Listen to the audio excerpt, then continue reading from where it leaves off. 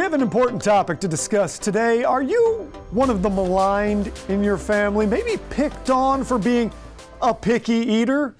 I know I am. I was going to say, I'm getting the impression you are. Yeah, a little bit. And it turns out that for certain people, there might be an actual reason for this. It is called, and my wife does not believe in any of this, by the way. It is called being a super taster. And what it generally means is you've got on average about a third more taste buds or even twice as many taste buds as most people. Now this is in about 30 to 35% of the population. Okay. And there is a way to test for this. And we have these PTC test paper strips. Now I'm going to give you one and see what happens. Now, if you are a regular person and you put one of these on your tongue, it's not going to taste like anything. It's going to taste like paper. And you're just going to be, why do I have a piece of paper? I feel like I did this in science class and I cannot remember the results. I'm going to hand you one. But if you're somebody that is a bona fide super taster and you put it on your tongue, it's going to taste bitter. And we'll explain a little bit more about it in a minute, but let's try this test. Okay. Leah, you want to go first? Sure, why not? Let's see what happens. Okay. Oh, I do taste a little bitter. So you might be one of us. Okay. Oh my God, that is so gross.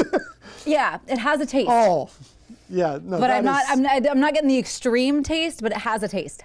That is, like, my whole face is doing a thing now. So the point of all of this is to prove to people at home that picky eaters aren't just picky. They actually might have this situation where you have more taste buds. And what it tends to do is you don't like bitter. Bitter is extremely bitter to you. So these people typically don't like green leafy vegetables. They typically don't like coffee, specifically dark coffee. They don't like darker beers.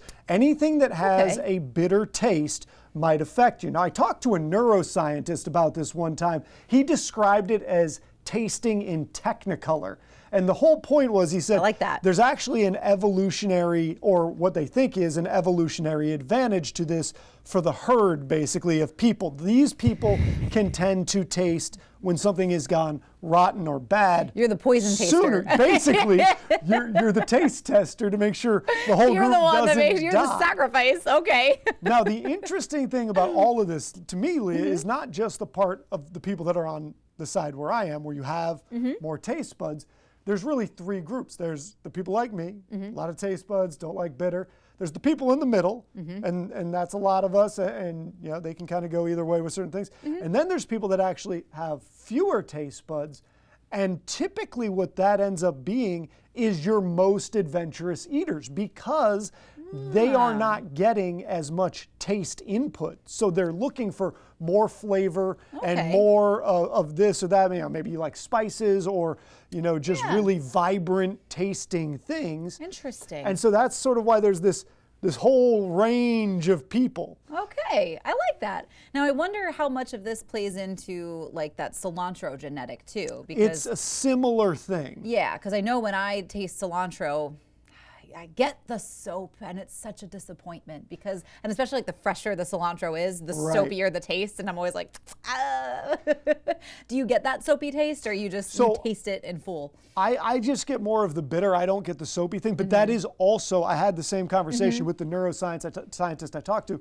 It's the same situation though, where it is a genetic predisposition. Certain people have it, and other people do not sense that at all. I had a whole conversation with my friends, and they were like, "What are you talking about?" And I was like, "What are you talking about?"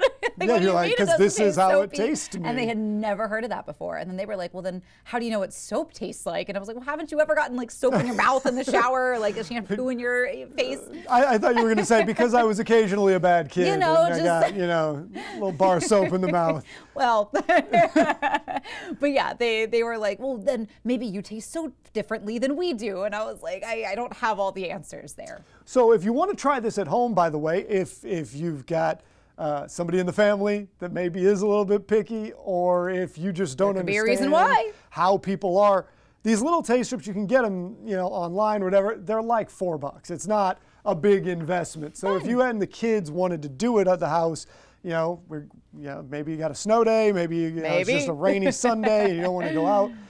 it's a great opportunity to try it out and see who in the house, or maybe who at the office that you work at or whatever, go around, hand them out, see how people react. Who's just complaining and who has an excuse. Yeah, and you'll find that people have very different reactions. I love that. That's fun. So you learn a little something new every day, a little science corner this evening.